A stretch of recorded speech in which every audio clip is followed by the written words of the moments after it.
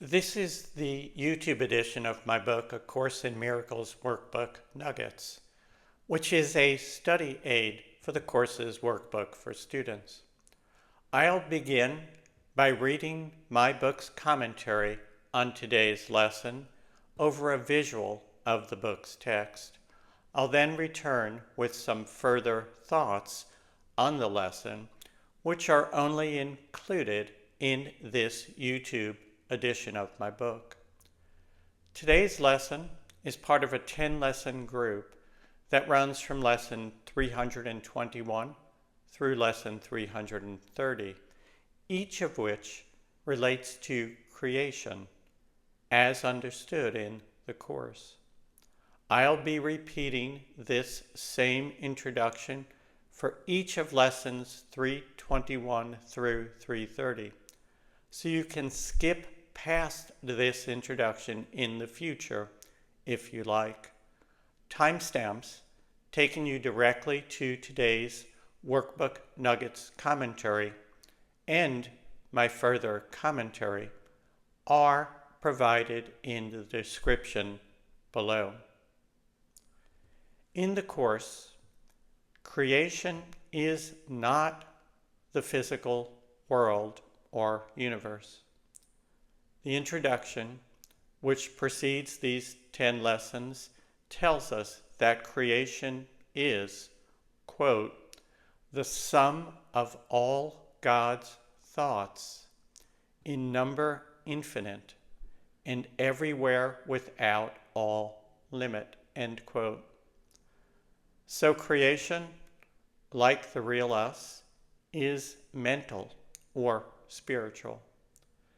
And the introduction adds that as thoughts in the mind of God, we indeed are creation.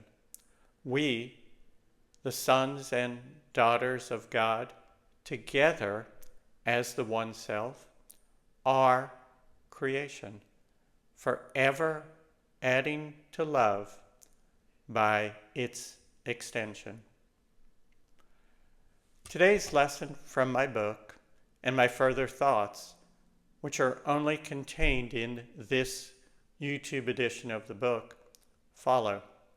A link to the book on Amazon.com is provided below.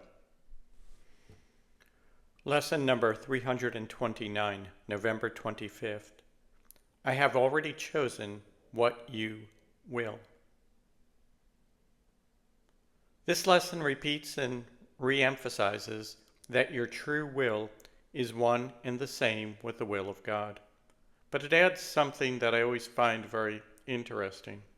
The title of the lesson and the prayer both state that this identity of wills was not imposed on you.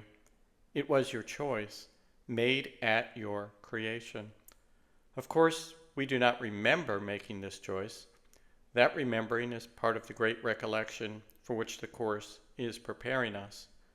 The key to understanding how we could have already made this choice is found in recalling the very nature of what we are.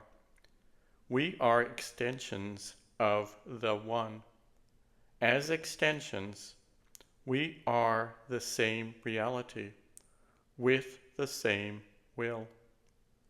To think otherwise is to think that you are separate, and that you can make a separate choice.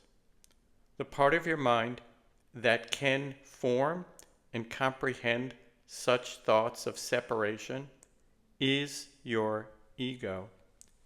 It is not you. Get a good look at it. That is the clearest direct view of the ego that I know of. The title of today's lesson is, I have already chosen what you will. The word you is capitalized, which indicates that it refers to God. So, the lesson title is just expressing the truth that the real, eternal you shares the will of God. In the illusion, the ego appears to have an independent will. But that is only true in the illusion. The real you, the child of God, always chooses what God wills.